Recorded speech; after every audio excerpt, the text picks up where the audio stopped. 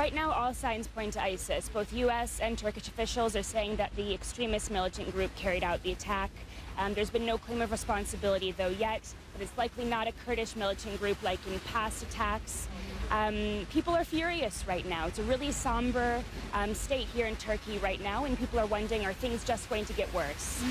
So they're furious. What would they want the response to be? Because in the initial days of the rebellion against Bashar al-Assad, analysts widely described a situation where Turkey would kind of turn a blind eye to some of these rebels and Islamists and some very unsavory characters crossing the border into Syria. Is this now an issue because of what they did, their policy of this laissez-faire policy of the early years? For years, the border was known as a jihadi highway. I mean, people could cross, they could come and go as they please, depending on how much you can pay. Pretty much anyone could cross the border. Refugees, extremist militants, U.S.-backed fighters.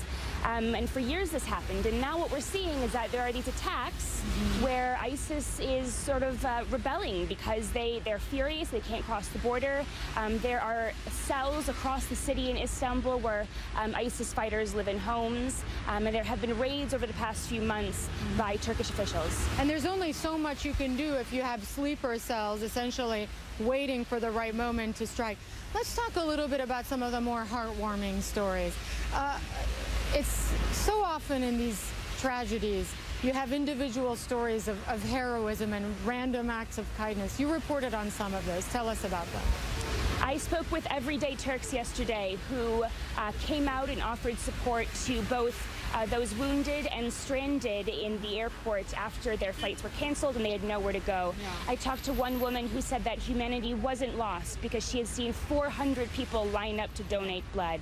Right. People at blood donation centers are saying they've never seen numbers like this. So people are really coming out to show their support and show that they care. And there are hotels quickly that allowed people to stay for free. And given how badly tourism has been hit this year, the fact that they would take another financial hit just to be kind is something that it was widely shared, by the way, online as well. And I know you spoke to those hotel owners.